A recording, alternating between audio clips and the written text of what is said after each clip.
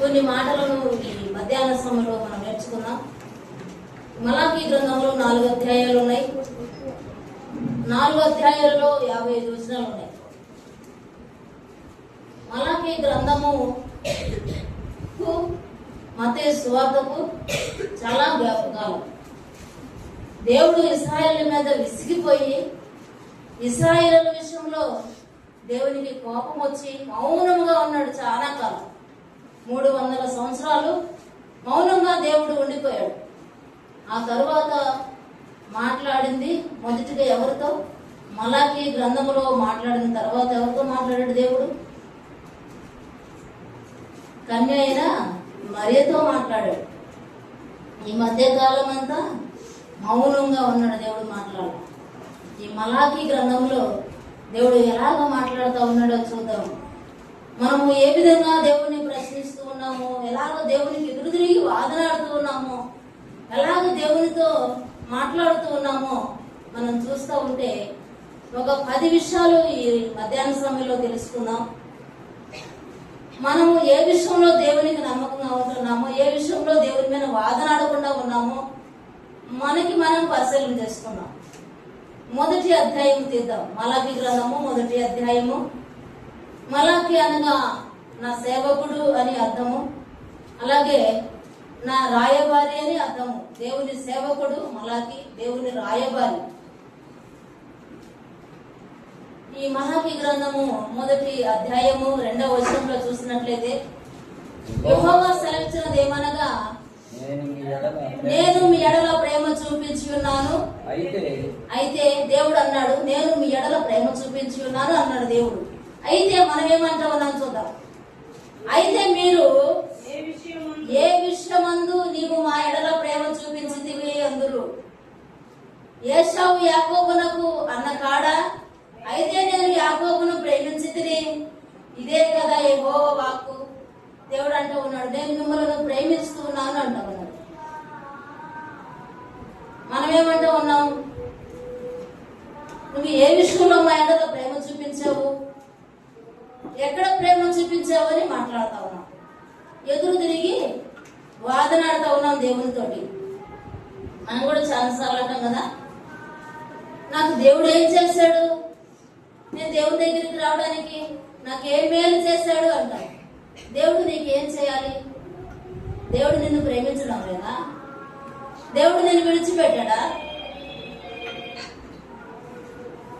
వాస్తవానికి ఈ నెలలో నేను అటెండ్ అయినటువంటి జ్ఞాపకార్థ కూడికలు ఇప్పటికీ ఈ నెలలో 4 జ్ఞాపకార్థ కూడికలు.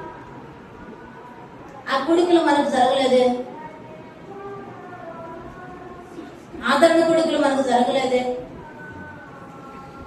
దేవుడు ప్రేమించలేదా నిన్ను నన్ను? కరోనాలో మనం చనిపోలేదే. కరోనాలో చాలా మంది హార్ట్ అటాక్ వచ్చి చనిపోయారు, భయపడి చనిపోయారు. మనం సజీవులుగా ఉన్నాం కదా. కోట్ల రూపాయలు హాస్పిటల్కి పోసి కూడా ప్రాణముతో జీవముతో తిరిగినట్లు రానటువంటి వారు మనకు తెలుసు. మన కుటుంబాలలో కూడా కొన్ని లక్షల హాస్పిటల్కి పోసినా కూడా తిరిగి తీసుకొచ్చుకోలేకపోయాం. కానీ మనము సజీవులుగా ఎందుకున్నాం? మనలో దేవుడు ప్రేమిస్తూ ఉన్నాడు కదా. దేవుడు ప్రేమించట్లేదు అని ఎవరు చెప్పలేము. నిజంగా దేవుని యందు భయభక్తులు మనకున్నట్లయితే దేవుడు నన్ను ప్రేమించడం లేదని ఎవరు చెప్పలేము. దేవుని యందు భయము భక్తి లేనటువంటి వారే ఇలాంటి మాటలు మాట్లాడతారు. ఇశ్రాయేలు ప్రజలను కూడా 70 సంవత్సరాలు చెరకప్పగించాడు దేవుడు. ఎందుకంటే మాట వినని ఇశ్రాయేలు ప్రజలు, మెడవచ్చని ఇశ్రాయేలు ప్రజలు. ఆ విధంగానే మనము దేవుని మాట వినకుండా ఉంటూ ఉన్నాం. దేవుడు మనల్ని ఎంతగానో ప్రేమించాడు. ద్వితీయోపదేశ కాండము 7వ అధ్యాయము తీద్దాం. ద్వితీయోపదేశ కాండము 7వ అధ్యాయము 6, 8వ వచనం చూద్దాం.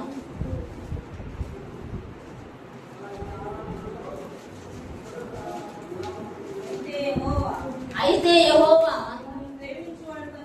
మిమ్మును ప్రేమించువాడు కనుకను తాను మీ తండ్రులకు చేసిన ప్రమాణము నెరవేర్చువాడు గనుకను యెహోవా బాహుబలము చేత మిమ్మును రప్పించి దాసుల గృహములో నుండి ఐగుప్తు రాజైన ఫరో చేతిలో నుండి మిమ్మల్ని విడిపించాడు. యెహోవా మిమ్మును ప్రేమించి మిమ్మల్ని ఏర్పరచుకోలేదా? దేవుడు మనల్ని ప్రేమించలేదా? మనల్ని ఏర్పరచుకోలేదా? మోషే భక్తుడైనటువంటి మోషే మాట్లాడుతున్నాడు, మనలను ఆయన ఏర్పరచుకున్నాడు. మనం ఆయనను ఏర్పరచుకోలేదు, మనం ఆయనను ఎంచుకోలేదు, ఆయనే మనలను ఏర్పరచుకున్నాడు. ఆయనే మనలను ప్రేమించాడు, మనలను దాసి గృహము నుంచి విడిపించాడు. దేవుడు సమస్త జన్మల కంటే మీరు ఎక్కువ, మీ లెక్కకు తక్కువే కదా. సమస్త జన్మల కంటే లెక్కకు తక్కువే కదా. అయినప్పటికీ కూడా నేను మిమ్మల్ని ప్రేమించాను, అయినప్పటికీ కూడా నేను మిమ్మల్ని ఏర్పరచుకున్నాను అంటున్నాడు. 10వ అధ్యాయంలో ఒక మాట చూద్దాం. 10వ అధ్యాయము 15వ వచనంలో కూడా ఒక మాట చూద్దాం.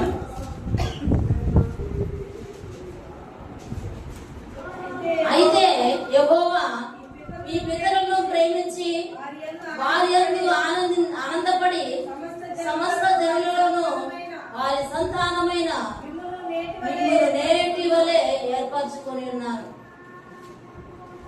దేవుడు ఈ విధంగా ఎన్ని వచనాలలో, ఎన్ని అధ్యాయాలు ఇంకా చదువుకుంటుంటే బైబిల్ గ్రంథం అంతటిలో నేను ప్రేమిస్తున్నానని దేవుడు మనతో మాట్లాడుతూ ఉంటే, మనమేమో ఏ విషయంలో నన్ను ప్రేమించావు అని వాదనాడుతున్నాం. భయం లేకుండా వాదనాడుతున్నాం దేవుని సన్నిధిలో. భయం కలిగిన వారమైతే దేవునితో ఎదురు తిరిగి వాదనాడుతున్నాం. చాలా మందిని ఎందుకు నువ్వు ప్రార్థన రావట్లేదు అడిగే విశ్వాసలే, మళ్ళా బయట వారు కాదు, రక్షణ పొందిన వారే. నాకేం చేశాడు దేవుడు అంటాడు. ఏం చేయాలో ఒకసారి చెప్తే తెలుసుకోవాలి. ఆ మాట అనేవాడు నీకేం చేయాలో అది కూడా చెప్తే ఆ విషయంలో దేవా ఇదంటే ఆమెకి ఆమె మీ సన్నిధికి వచ్చిందని ప్రార్థన చేయడానికి అవకాశం ఉంటుంది. ఏం చేయాలి మరి? దేవుడు నన్ను అడగండి. వాదనకు తెగుతూ దేవుని విషయంలో మనం వాదనాడితే విసిగించి ఇశ్రాయేలు ప్రజలు ఏమైపోయారు? అరణ్యంలో ఎక్కువ 40,000 మంది రాలిపోయారు. దేవుని సన్నిధిలో వాదనాడి దేవుని విసిగించి మనం ఏమి మేలు పొందుకోలేము, మనం ఏమి అనుభవించలేము. కనుక దేవుని సన్నిధిలో వాదనాడటం విడిచిపెడదాం. రోమపత్రికలో ఉంది, యాకోబుని నేను ప్రేమించితిని అంటా ఉన్నాడు. యాకోబుని ఎన్నగాడా నిన్ను ప్రేమించలేదు, యాకోబుని ప్రేమించలేదా? నిజమే. మనం కూడా ఒకరోజు యాకోబులాగా మోసగాళ్ళమే, యాకోబులాగా మన తోటి వారిని మోసం చేసిన వారమే, నమ్మకంగా లేకుండా ఉన్నటువంటి వారమే. అయినప్పటికీ కూడా మనల్ని ప్రేమించాడు దేవుడు, మనల్ని నడిపిస్తున్నాడు దేవుడు. యోహాను సువార్త 14వ అధ్యాయము 21వ వచనంలో ఒక మాట చూద్దాం. యోహాను సువార్త 14వ అధ్యాయం 21వ వచనంలో,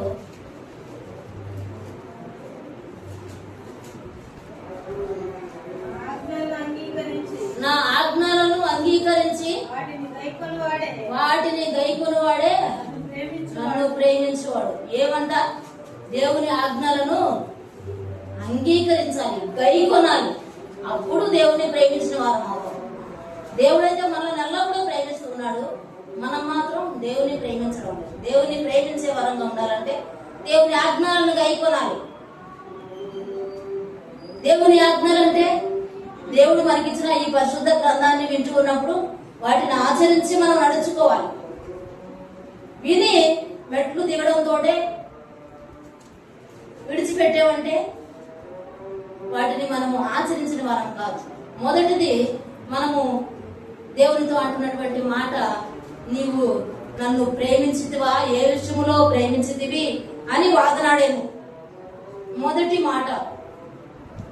రెండవ మాట 6వ వచనంలో చూద్దాం. మలాకి గ్రంథము 1వ అధ్యాయము 6వ వచనంలో చూద్దాం. కుమారుడు తన తండ్రిని గణపరచును కదా, దాసుడు తన యజమానుని గణపరచును కదా. నా నామమును నిర్లక్ష్య పెట్టు యాజకులారా, నేను తండ్రినైతే నాకు రావాల్సిన ఘనత ఏమాయను? నేను యజమానుడనైతే నాకు భయపడేవాడు ఎక్కడ ఉన్నాడు అంటూ ఉన్నాడు. ఇక్కడ మనము మా దేవుడు అని మనం అంటూ ఉన్నాం. మా తండ్రి అని మనం పిలుస్తూ ఉన్నాం. అందుకే దేవుడు మాట్లాడుతూ ఉన్నాడు, కుమారుడు తన తండ్రిని కనపరుచును కదా.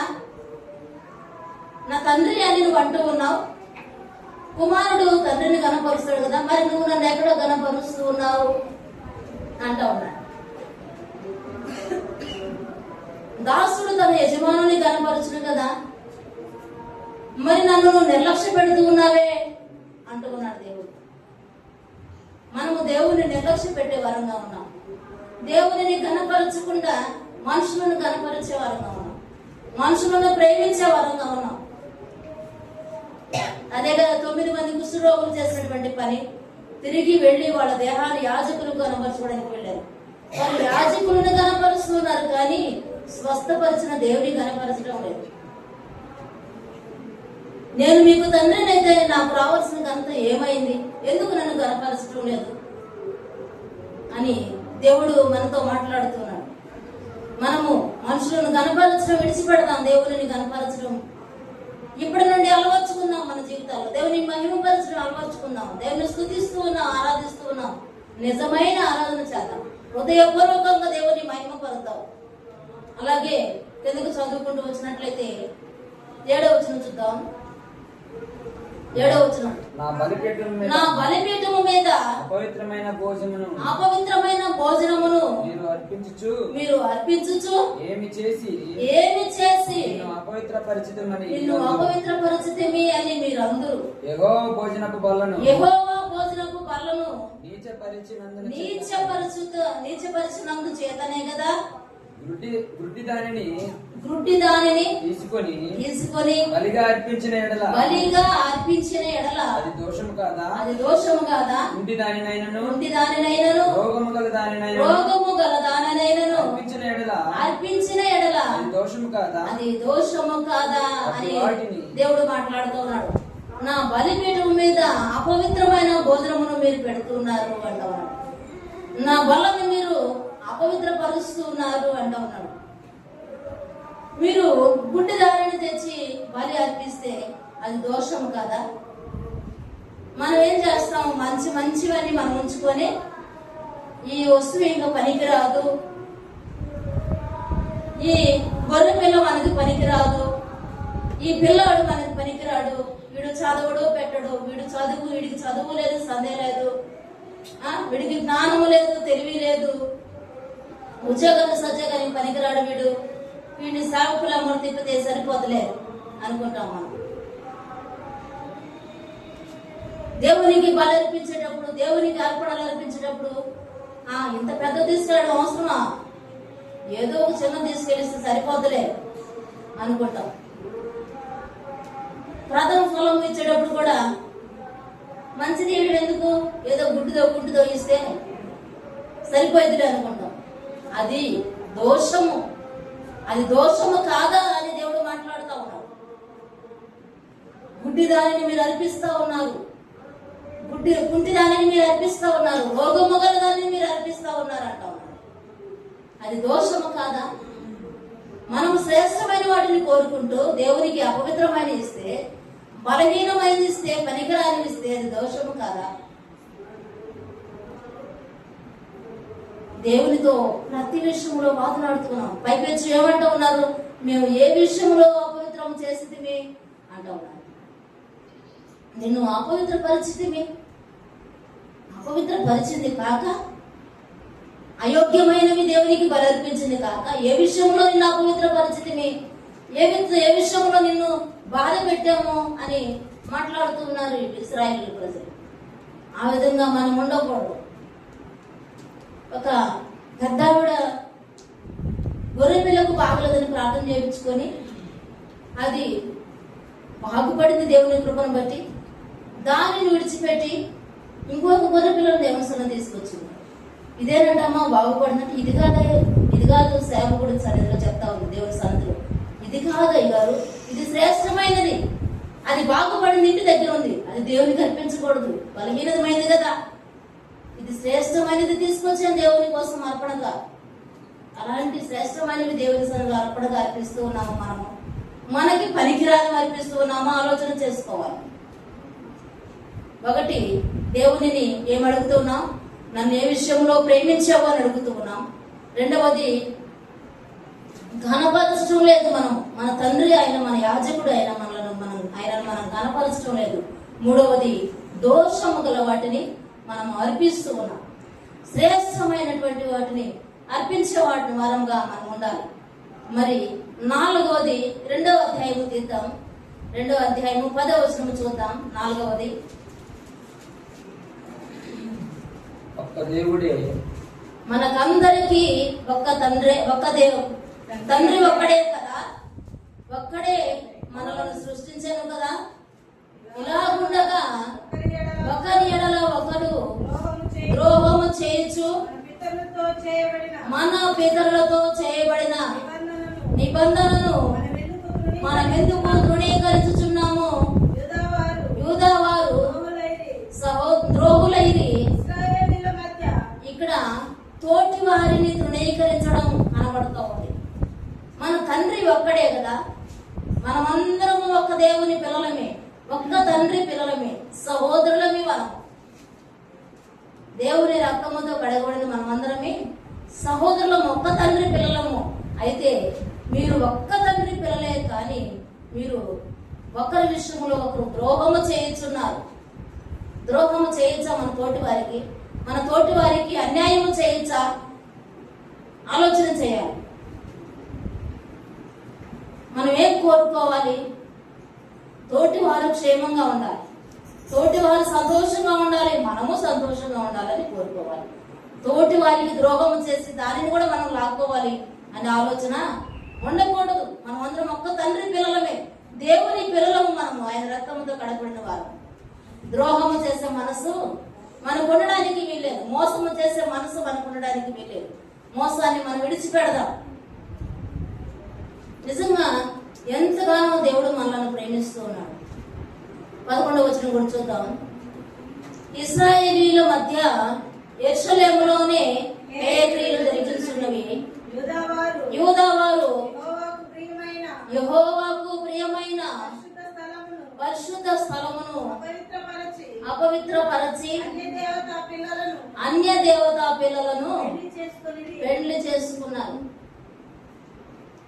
5వది, అన్య దేవతా పిల్లలను పెళ్లి చేసుకుంటా ఉన్నారు. అన్య దేవతా పిల్లలంటే మనం ఎలా తీసుకోవాలి? అన్య దేవతా పిల్లలంటే ఎలాగ తీసుకోవాలి? వేరే ఊరోళ్ళని తీసుకోవాలా?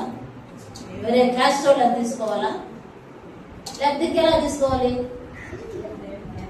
దేవుని ఎరగని వారు, విగ్రహారాధికులు, బలులు నైవేద్యాలు విగ్రహాలకు అర్పించేవారు, దేవుని తన సొంత రక్షకునిగా ఎరగని వారు అని తీసుకోవాలి. అన్య దేవత పిల్లలను పెండ్లి చేసుకుంటా ఉన్నారు. నిజంగా ఇశ్రాయేలు ప్రజలతో దేవుడు స్పష్టంగా చెప్పాడు, అన్యులతో పెద్ద పెట్టుకోవద్దు, మీరు అన్యుల పిల్లలను మీరు వివాహము చేసుకోవద్దు. అందుకే అబ్రహాము తన స్వదేశానికి తన పెద్ద దాసుడు ఎలీయాజరును పంపించింది. జ్ఞానం కలిగి అబ్రహాము తన కుమారుడికి భార్యను తెప్పించుకున్నాడు. అన్య దేవతా పిల్లలను తన కుమారుడికి వివాహము చేసుకోవాలి. మనం కూడా వివాహాలు చేసుకునేటప్పుడు త్వరపడి ఎవరినంటే వారిని వివాహం చేసుకోకూడదు. ముఖ్యంగా అన్యుల పిల్లలను వివాహం చేసుకోకూడదు. దేవుని రక్తము చేత కడుగబడిన పిల్లలమైన మనమందరమే, దేవుడు ఒక్కడే, మన తండ్రి ఒక్కడే. దేవుని యొక్క రక్షణ పొందినటువంటి బిడ్డలను, దేవుడు ఎరిగినటువంటి బిడ్డలను మనము వివాహం చేసుకునే విషయంలో జ్ఞానం కలిగిన వారమై నడుచుకోవాలి. అలా జ్ఞానము లేకే కదా అహాబు మంచం ఎక్కింది. యెజబెలు విషయంలో జ్ఞానము లేకుండా చేసుకున్నాడు వివాహం. ఈ రోజులో కూడా చాలా మంది జ్ఞానం లేకుండా వివాహాలు చేసుకొని నానా అష్ట కష్టాలు పడుతూ ఉన్నారు. బుద్ధి కలిగిన వారిని, సుబుద్ధి కలిగిన వారిని వివాహం చేసుకోవాలి. అబీగైలు వంటి సుబుద్ధి కలిగినటువంటి వారిని ప్రార్థనాపూర్వకంగా వివాహం చేసుకోవాలి. స్త్రీలైనా పురుషులైనా మన సొంత నిర్ణయాలు తీసుకుంటే మనం కూడా అహాబులాగా మంచం ఎక్కాల్సి వస్తుంది. మన సొంత నిర్ణయాలు విడిచిపెట్టాలి. 14వ వచనం చూద్దాం. అది ఎందుకని మీరు అడగగా, యవన కాలమందు నీవు పెళ్లి చేసుకొని అన్యాయముగా విసర్జించిన నీ భార్య పక్షమున యెహోవా సాక్షి ఆయను. అది నీకు తోటిదై నీకు చేసిన నిబంధనకు పాత్రురాలు కాదా? నీ పెళ్లి భార్య కాదా అంటా ఉన్నాడు. వివాహము చేసుకున్నటువంటి వారు భార్యనంట విసర్జించకూడదు, భార్యను అసహించుకోకూడదు, భార్యను విడిచిపెట్టకూడదు. భార్యను విసర్జించిన ఎడల, భార్యను అసహించుకునే ఎడల యెహోవా సాక్ష్యం చెప్తాడు. పెళ్లిళ్ళు చేసేటప్పుడు ఏమంటారు? ఏ మనుషుడు వీరి మధ్యకు రాకూడదు, దేవుడు చేసిన వారిని మనుషులు విడతీయకూడదు అంటారు. మనుషులు భార్య భర్త మధ్యలోనికి దూరినప్పుడు ఏమవుతుంది? భర్త భార్యను అసహించుకుంటాడు, నిర్లక్ష్య పెడతాడు. మనుషులు మన మధ్యలోకి దూరకూడదు. దేవుడితో మనము కొనసాగాలి, దేవునితో కలిసి ముగ్గురముగా ముందుకు నడవాలి కుటుంబంగా. తదుపరి దేవుడు బిడలను అనుగ్రహిస్తే బిడలతో సహా దేవుని సన్నిధిలో నడిచే వారంగా ఉండాలి. వారి సలహాలు వీరి సలహాలు తీసుకోవాల్సిన అవసరం మనకు లేదు. మనం ఎవరి సలహాలు తీసుకోవాలి? మనకి పరిశుద్ధ గ్రంథం ఉంది, దేవుడు ఉన్నాడు, ఆయన పాదాల దగ్గర గడపాలి. మనం ఆయన పాదాల దగ్గర కనిపెట్టి ఆయన సలహాలు మనం తీసుకోవాలి. నిజంగా భార్య విషయంలో నిర్లక్ష్యం చేసినట్లయితే, ఆమెను విసర్జించినట్లయితే సాటి అయిన సహాయము అన్నాడు దేవుడు. సమానమైనదిగా దేవుడు చేశాడు. భార్యను ఎక్కడి నుంచి చేశాడు దేవుడు? తలలో నుంచి తీయలేదు. తలలో నుంచి తీసినట్లయితే స్త్రీలే తక్కువ కాదు. నీ తలలో నుంచి నన్ను తీశాడు, నేను నీ తల మీదే ఉంటానంటారు. కాళ్ళలో నుంచి తీస్తే పురుషులే ఉంటారు. అప్పుడు నా కాళ్ళలో నుంచి దేవుడు నిన్ను తీసాడు, నా కాళ్ళ కిందే ఉంటాడు. అందుకే దేవుడు ప్రక్కలో నుంచి తీశాడు. సమానులుగా దేవుడు చేశాడు. సమానత్వము భార్య భర్తలకు ఎదురు. బానిస కాదు భార్య అంటే. ఇద్దరు కలిసి దేవుని సన్నిధిలో దేవునికి చెప్పుకునే వారంగా ఉండాలి. ఏ సమస్య అయినా మనుషులకు ఎప్పుడు చెప్పుకోకూడదు. ఇద్దరు కూర్చొని మాట్లాడుకోవాలి, ఇద్దరు కలిసి దేవునికి చెప్పుకోవాలి. అప్పుడు సమస్య పరిష్కరించబడుతుంది. మనుషులతో చెప్పినట్లయితే భార్యలను అసహించుకునే వారిగా మారుతారు. స్త్రీలు కూడా భర్త మీద పెత్తనం చేసేవారిగా మారుతారు. అలా ఉండకూడదు.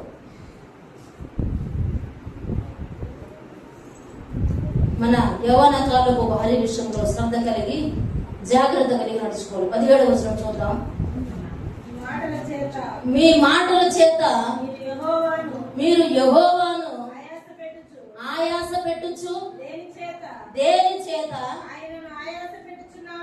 ఆయనను ఆయాస పెట్టుచున్నామని మీరు అడుగుచున్నారే అంటా ఉన్నాడు.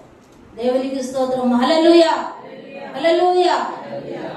అందరం సక్రంగా కూర్చున్నాం, జాగ్రత్తగా కూర్చున్నాం. ఈ 17వ వచనంలో మీ మాటల చేత మీరు యెహోవాను ఆయాస పెట్టుచున్నారు. మన మాటల చేత మనము దేవుని ఆయాస పెడుతూ ఉన్నాం, బాధ పెట్టే వారంగా ఉన్నాం.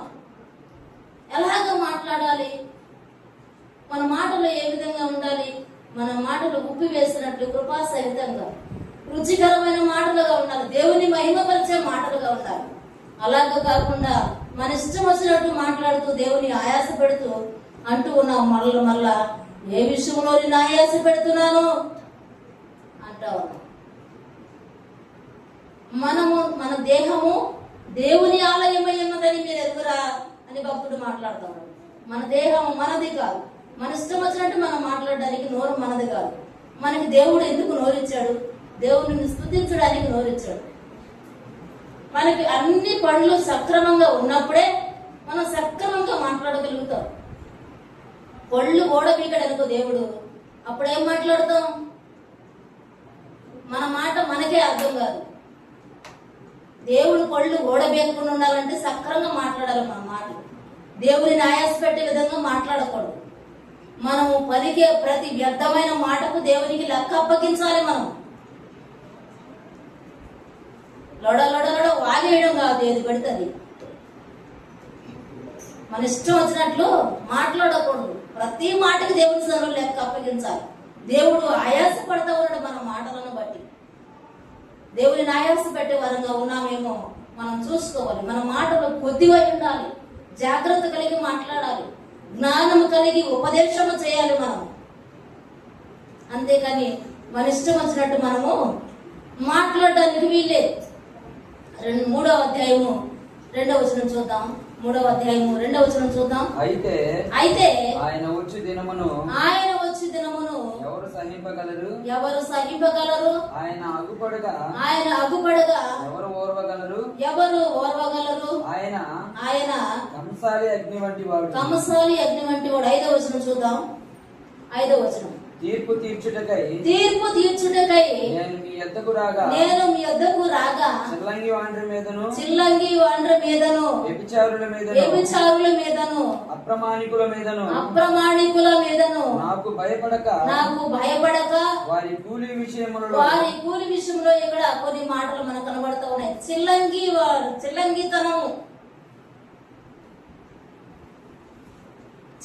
వారంటే ఎవరు? చిల్లంగి వారంటే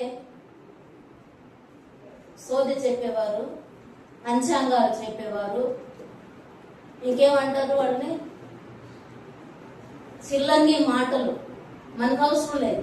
మనం ఎక్కడ తెలుసుకోవాలి? మన భవిష్యత్తును గురించి, మన యోగక్షేమాల గురించి, మంచి రోజుల గురించి, మంచి విషయాల గురించి ఎక్కడ తెలుసుకోవాలి? దేవుని గ్రంథంలో తెలుసుకోవాలి. దేవుడు ఆది కాండంలో మొదటే మాట్లాడుతూ ఉన్నాడు. ఇది మంచిది అంటూ ఉన్నాడు. సృష్టించిన ప్రతిదానిని మంచిది అన్నాడు.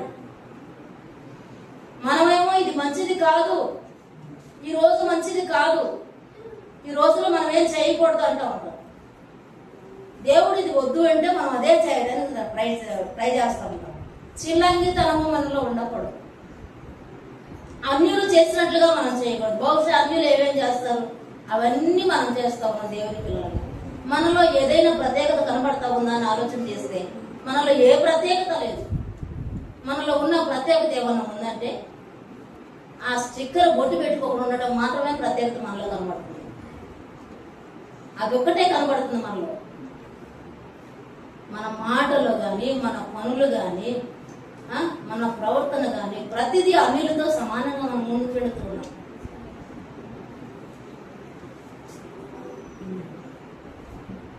చాలా మనం పరకకు వెళ్ళదు. అన్యులతోటి సమానంగా ప్రతిదీ సరితూగుతూనే ఉన్నాం. ఏ విషయంలో ప్రత్యేకత చూపించలేకపోతా ఉన్నాం. మనం రక్షణ పొందిన వారమే, మనం దేవుని బిడ్డలుగా పిలువబడుతున్నారు. లోకముతో మీకు ఏమి పని? లోకము చేసింది అది ఎప్పుడో పుట్టింది, ఇప్పుడు ఏం అవసరం? ఎప్పుడో పుట్టినా ఎట్ట పుట్టినా అది లోకాచారమే కదా. అది చేయకపోతే నీకెందుకు కీడు వస్తుంది? అది లోకాచారం, దేవుని పద్ధతి కాదు. దేవుని పద్ధతి కానప్పుడు నీకు కీడు ఎందుకు వస్తుంది? నీవు దేవుని బిడ్డవైనప్పుడు, నీవు దేవుని ఆవరింప చేసుకున్నప్పుడు, దేవుని కృప నిన్ను ఆవరించున్నప్పుడు నీకెందుకు కీడు వస్తుంది? కీడుని గురించి మాట్లాడాల్సినటువంటి అర్హత నీకు ఎక్కడుంది? దేవుని పిల్లలం మనం. వాటితో మనకు అవసరం లేదు. అది చేయకపోతే కీడంట, ఇది చేయకపోతే కీడంట. రక్షణ పొందేవా లేకపోతే యెజబెలు సంతానంగా మనం ఉన్నామా?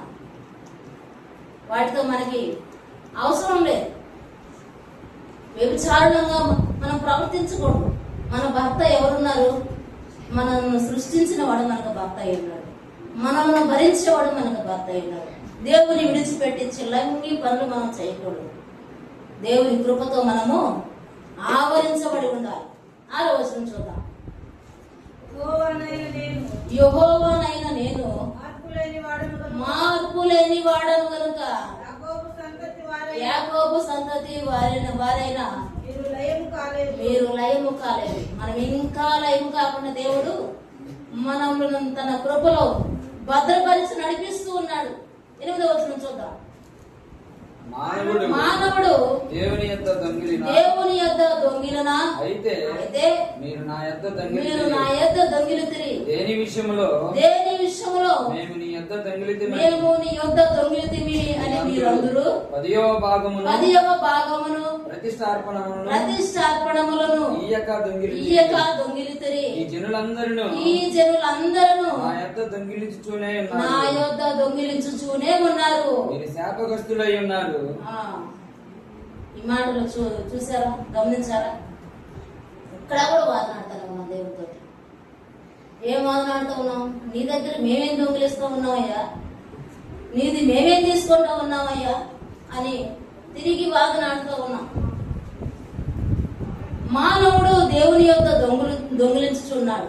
అయితే మీరు నా యొక్క దొంగిలించుతురి, దేని విషయంలో మేము నీ యొక్క దొంగిలితిమి అని మీరు అడుగుతున్నారు. దేని విషయంలో దేవుని సన్నిధిలో దొంగతనం చేస్తా ఉన్నాం? మనం దేని విషయంలో చేస్తా ఉన్నాం? 10వ భాగమును ప్రతిష్టార్పణములను ఇయ్యక దొంగిలించుకున్నామంట. 10వ భాగం అంటే ఏంటి? ఎక్కడున్నారు? ఇక్కడే ఉన్నారు అందరూ. చెప్పరే మరి సమాధానం. దశంబాబు చిన్న సవరణ ఒక వ్యక్తి దగ్గర నుంచి వచ్చింది, మిగతా వాళ్ళ దగ్గర నుంచి రాలే. 10వ భాగము మనము దేవునికి ఇవ్వకపోతే మనం అది దొంగతనం చేసినట్టే. నువ్వు ₹1 సంపాదించినా సరే, 10 రూపాయలు సంపాదించినా సరే, దేవుని భాగం దేవునికి ఇవ్వకపోతే దేవుని దగ్గర మనము దొంగతనం చేసినట్లే ఖచ్చితంగా. ప్రతిష్టార్పణములను ఇవ్వకపోతే, ప్రతిష్టార్పణ అంటే మనము మనకున్న వాటిలో దేవుని సన్నిధిలో ప్రతిష్ఠించుకుంటాం. అయ్యా నాకు ఇది జరిగితే అది చేస్తాం, ఇది చేస్తాం, మొక్కుబడులు చేసుకుంటా ఉంటాం. దాన్ని కూడా చేయం. మనం ఎన్ని ఖర్చులు పెట్టుకున్నా, లక్షల రూపాయలు ఖర్చు పెట్టుకున్నా కూడా దేవుని సన్నిధికి వచ్చేసరికి పిడికిలు గట్టిగా పడతాం, ఎక్కడ సారిపోయిద్దోనని. మనం పిడికిలు ఇక్కడ గట్టిగా పడతాం కానీ మన సంపాదన మాత్రం చిల్లి సంచిలో వేసినట్టు మొత్తం దాని అది వెళ్ళిపోవాల్సిందే. మనం దాచి పెట్టలేము దాన్ని. మీరు జాగ్రత్త చేయగలరా విధంగా? ఇక్కడ నిలబడి చెప్పేవారు ఎవరైనా సరే, వాళ్ళ గనులు కానీ అల్పులు కానీ చెప్పే మాటలు స్వీకరించి మనం అనుసరించాలి.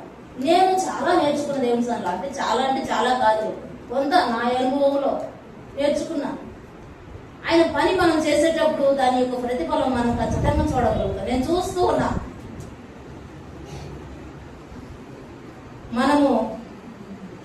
మనకి పనికిరానివి దేవుని సన్నిధిలో అర్పించేవాళ్ళం. ఈ కాగితం బాగా నలిగిపోయిందబ్బా, బయట ఆడచాలదు. అవును కదా, బయట ఆడచాలదు. 7 వేస్తే ఎవరు చూడగా, ఎవరు చూడకపోవచ్చు, దేవుడు చూడ. 5 రూపాయల కాయని పెద్దది మంచిగా పనికిరాదు, కానికేస్తే సరిపోయింది. మనం అనుకుంటాం, మనం చూడం. దేవుడు ఖచ్చితంగా చూస్తున్నాడు. దేవుడు మాట్లాడుతున్నాడు, నువ్వు దొంగతనం చేస్తున్నావు నా దగ్గర అంటా ఉన్నాడు. నీ ఆస్తిలో భాగం అన్నాడు కదా. నీ ఆస్తిలో భాగం అంటే ఎలాగా? ఆస్తిలో భాగం మనము ఒక స్థలం అమ్మినప్పుడు 2 కుమారులు ఉంటే 3 భాగాలు వేసుకుంటాం. కుమారులకి 2కి, తల్లిదండ్రులకి 3 భాగాలు వేసుకుంటాం. అదే సమయంలో దేవునికి కూడా భాగం వేయాలి. అది నీ ఆస్తిలో భాగం అనేది. 4 భాగాలు వేయాలి. 5 కొడుకులు ఉంటే 6 భాగాలు వేస్తారు. 7వ భాగం కూడా దేవునికి వేయాలి.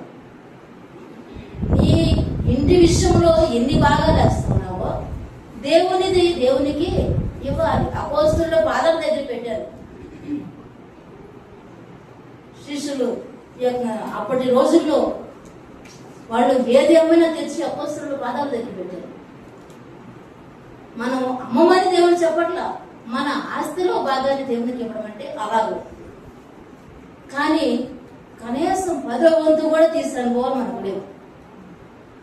చాలా మందికి మొత్తం మీద మన సంఘంలో చెప్పకూడదు కానీ 2-3 తప్పక ఊరికి వెళ్ళాడు. మరి ఆ విషయంలో దేవుడు ఏమంటాడు? నా దగ్గర దొంగతనం చేస్తున్నామని అంటాడు. సరే, దాన్ని విడిచిపెడదాం. 14వ వచనం చూద్దాం. దేవుని సేవ చేయుట నిష్ఫలమనియు ఆయన ఆజ్ఞలను గైకొని యెహోవా సన్నిధిని సన్నిధిని మనము దుఃఖాక్రాంతులముగా తిరుగుట వలన ప్రయోజనము ఏమనియు గర్విష్ఠులు ధన్యులగుదురనియు యెహోవాను శోధించు దుర్మార్గులు వర్ధిల్లుదురు అనియు. ఇక్కడ దేవుని సేవ చేయుట నిష్ఫలమని మనం అనుకుంటా ఉన్నాం. దేవుని సేవ చేస్తే నిష్ఫలం అవుతుందా? నిష్ఫలము అవనే అవ్వదు. ఖచ్చితంగా ప్రతిఫలాన్ని మనం చూస్తాం, మనం అనుభవిస్తాం. ఏ విషయంలో దేవుని పనిచేసి దుఃఖాక్రాంతులము అవ్వము. నిష్ఫలము ఫలితము లేకుండా మనము ఉండనే ఉన్నాం. 16వ వచనం చూద్దాం. అప్పుడు యెహోవా యందు భయభక్తులు కలవారు ఒకరితో ఒకడు మాట్లాడుకుంటుండగా యెహోవా చెవియొగ్గి ఆలకించెను. మరియు యెహోవా యందు భయభక్తులు కలిగి ఆయన నామమును స్మరించుచు ఉండు వారికి జ్ఞాపకార్థముగా ఒక గ్రంథము ఆయన సముఖమందు వ్రాయబడెను. యెహోవా యందు భయభక్తులు గల వారు అంటే ఒకరితో ఒకరు మాట్లాడుకుంటుండగా దేవుడు చూస్తాడు, ఆయన చెవి యొగ్గి ఆలకిస్తాడు. మనం దేవుని పిల్లలు ఏం మాట్లాడుకోవాలి? మన సంభాషణ ఏమై ఉండాలి? మన వ్యవహారం ఏమై ఉండాలి? మన మాటలు ఏదైనా సరే భయభక్తులు కలిగిన వారముగా దేవుని సన్నిధిలో ఉన్నాము. మనం మాట్లాడుకునే మాటలు ఆయన వింటాడు. వినడమే కాకుండా ఒక గ్రంథములో జ్ఞాపకార్థంగా తన గ్రంథంలో రాసి ఉంచుతాడు. దేవుని పిల్లలు ఏమేమి మాట్లాడుకుంటూ ఉన్నాం, ఎలాంటి మాటలు మాట్లాడుకుంటూ ఉన్నాం, ఏ విధంగా ఎవరి గురించి వ్యూహరచనలు చేస్తూ ఉన్నాం, మనం ఎవరి గురించి చెడుగా మాట్లాడుకుంటూ ఉన్నాం, అన్ని జ్ఞాపకార్థంగా గ్రంథంలో రాసి పెడతాడు దేవుడు. ఒకరోజు ఆయన ఎదుట నిలబడినప్పుడు తీర్పు దినములో తీర్పులోకి రాబడుతుంది. ఎవరైనా సరే, నువ్వైనా నేనైనా, వినేవారికి ఒక తీర్పు అయితే చెప్పేవారికి 2 తీర్పులు. ప్రతి మాట ఆయన గ్రంథంలో వ్రాయబడి ఉంటుంది. ఆయన అడిగినప్పుడు లెక్క మనం అప్పగించాలి. నిజంగా దేవుని విషయంలో మనం ఏ విధంగా దేవునికి ఎదురు తిరిగి వాదనాడుతున్నామో, ఏ విధంగా దేవుని దుఃఖ పెడుతూ ఉన్నామో, ఏ విధంగా దేవుని బాధ పెడుతూ ఉన్నామో మనం ఆలోచన చేసినట్లయితే మనము ఏమేం మాట్లాడుతున్నాం? నువ్వు నన్ను ఏ విధంగా ప్రేమిస్తున్నావు? నువ్వు నన్ను నిజంగా ప్రేమిస్తున్నావా? ఏ విషయంలో నన్ను ప్రేమిస్తున్నావని దేవుని అంటున్నాము. నిజంగా ఈరోజు దేవుడు మనల్ని ప్రేమించబట్టే నువ్వు నేను ఇక్కడ ఉన్నాం. అలాగే మేము నిన్ను కనపరచడం లేదా అంటున్నాం. ఎక్కడ కనపరుస్తూ ఉన్నాం? దేవునికి ఇవ్వాల్సిన ఘనతను మనుషులకు ఇస్తూ ఉన్నాం. దేవునికి ఇవ్వాల్సిన ఘనతను విడిచిపెడుతూ ఉన్నాం. నిజంగా అన్ని మళ్ళా రిపీట్ చేసుకుంటూ వెళ్తే చాలా సమయం అయిపోతుంది. కనుక రాసుకోవడం చాలా మంచిది. రాసుకుంటున్నారు చాలా మంది, మంచిది. దేవునికి స్తోత్రం. అలా రాసుకుంటూ వింటూ చదువుతూ ఉంటే అన్ని జ్ఞాపకం మనకు ఉండిపోతుంది. ఇవన్నిటినీ మనసులో పెట్టుకున్నాం. వీటన్నిటినీ మనము దేవుని మీద వాదనడకుండా దేవుడు మనతో మాట్లాడుతున్నటువంటి మాటలన్నింటికి లోబడి మనము మంచిగా జీవిద్దాం. దేవుని బాధ పెట్టేవారంగా ఉండద్దు, దేవుని దుఃఖ పెట్టేవారంగా ఉండద్దు. వీటన్నిటిని మనము సరి చేసుకొని ముందుకు నడుద్దాం. ఇదే మిక్కిలి అనుకూల సమయం. దేవుడు మనతో మాట్లాడుతున్నాం. మన జీవితంలో మార్చుకున్నాం, విడిచిపెడదాం. నిజంగా మనకు తెలుసు ఏ విషయంలో దేవుని దుఃఖ పెడుతున్నాం. వీటన్నిటిని మనము ఆలోచన చేస్తే మనం కూడా ఈ 10 లక్షణాలు మనలో ఉన్నాయి. ఏ ఒక్క లక్షణం కూడా మనలో లేకుండా లేదు. వీటన్నిటినీ ఇది మనం విడిచిపెట్టి దేవునికి నమ్మకంగా ముందుకు కొనసాగుదాం. మోకరిద్దాం, ప్రార్థన చేసుకుందాం. చాలా సమయం అయిపోతుంది. మోకరిద్దాం. స్తోత్రం ఆయన వందనాలు చెల్లిస్తున్నాం. మా దేవా, మా నాయన, అయా మా తండ్రి ప్రభా, ఈ మధ్యాహ్న సమయంలో మాతో మీరు మాట్లాడినందుకే స్తోత్రాలు చెల్లిస్తున్నాం. దేవా, ప్రవక్త అయిన మలాకి ద్వారా మాతో మీరు మాట్లాడారయ్యా. నిజమే, మేము మీ సన్నిధిలో ఇశ్రాయేలు ప్రజల వలె వాదన అడుగుతున్నాం, ఎదురు తిరుగుతూ ఉన్నాం ప్రభా. అయ్యా, వాదనడడం విడిచిపెట్టి మీరు మమ్మల్ని ఏ విధంగా ప్రేమిస్తున్నారో ప్రేమను అర్థం చేసుకునే వారిగా మార్చడం ఆయన. మిమ్మల్ని ఘనపరిచే వారిగా మార్చడం తండ్రి. మా మాటలు నా ప్రభా అయ్యా జాగ్రత్త కలిగి మాట్లాడడానికి, మిమ్మల్ని ఆయాస పెట్టకుండా ఉండడానికి కృప దయచేయండి. మీకు స్తోత్రాలు. అన్యులతో పొత్తు పెట్టుకోకుండా ప్రభా మీ సన్నిధిలో సాంగత్యం చేయడానికి కృప దయచేయండి. కుటుంబాల విషయంలో ప్రమాణాన్ని మనుషులు మధ్యలో మీకు రాకుండా మీ సన్నిధిలో నడుచుకునే వారిగా మీ కృప దయచేయండి. మా తండ్రి మీకు స్తోత్రం చెల్లిస్తున్నాం నాయన. మీ సన్నిధిలో మీకు అర్పించవలసినవి నా ప్రభా దోషము కలిగిన వాటిని అర్పిస్తూ ఉన్నామేమో, వాటిని మానుకునే మనసును మీరు మాకు దయచేయండి. శ్రేష్టమైన అర్పణలు అర్పించే మనసు మీరు అనుగ్రహించండి, కృప చూపండి. మీకు స్తోత్రాలు. అలాగనే నా దేవా నా తండ్రి నా ప్రభా మీకు స్తోత్రాలు నాయన. మీ సన్నిధిలో నాయన 10వ వంతు అయ్యా తండ్రి ప్రభా మీకు స్తోత్రాలు. ప్రతిష్టార్పణలు అర్పించడం మీరు మాకు నేర్పించండి. దీవులను మేము పొందుకునే కృపను మీరు మాకు దయచేయండి. స్తోత్రాలు నాయన. యెహోవా భక్తులు మాట్లాడుకొంచుండగా చెవి ఎక్కి మీరు ఆలకించే దేవుడు ప్రభా మీకు స్తోత్రాలు. మా సంభాషణ మీకు మహిమకరంగా ఉండడానికి కృప దయచేయండి. మీకు స్తోత్రాలు చెల్లిస్తున్నాను. మిస్సలో వినేటువంటి వాక్యాలు, మేము చదువుకునే వాక్యాలు, మేము పాడుకునే పాటలు, ప్రార్థన అవసరతలు నైనా నా తండ్రి మా సంభాషణ అయి ఉండడానికి మీ కృప దయచేయండి. నైనా మీరు సహాయం చేసి మహిమ పొందమని మా దేవ బిడ్డల హృదయాలలో మీరు ముద్రించి దీవించి ఆశీర్వదించండి. వింటున్న ప్రతి బిడ్డకు దీవెనకరంగా మార్చండి.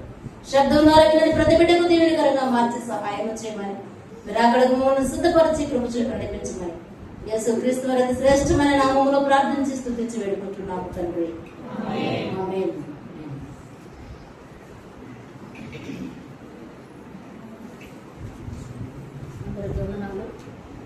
చక్కగా ఇంతవరకు వాక్యాన్ని విన్నా.